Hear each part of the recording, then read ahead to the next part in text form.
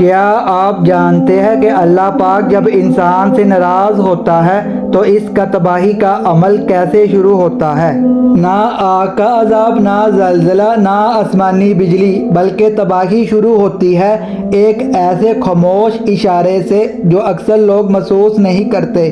یہ ویڈیو سن کر آپ لوگ لرز جائیں، کیونکہ ہم میں سے کئی لوگ اس تباہی کے راہ میں پہلے قدم رکھ چکے ہیں۔ ویڈیو کو آخر تک لازمی دیکھیں، کیونکہ یہ ویڈیو آپ کی زندگی بدل سکتی ہے۔ حضرت عبداللہ رضی اللہ تعالیٰ عنہما سے روایت ہے، رسول اللہ صلی اللہ علیہ وآلہ وسلم نے فرمایا، جب اللہ انسان کو تباہ و برباد کرنا چاہتا ہے تو اسے حیات چھین لیتا ہے، اور جب حیات چھین لیتا ہے تو تجھے وہ شخص ناپسندیدہ اور قابل نفرت لگتا ہے۔ جب وہ ناپسندیدہ اور قابل نفرت ہو جاتا ہے تو اسے دیانتداری چھین لی جاتی ہے۔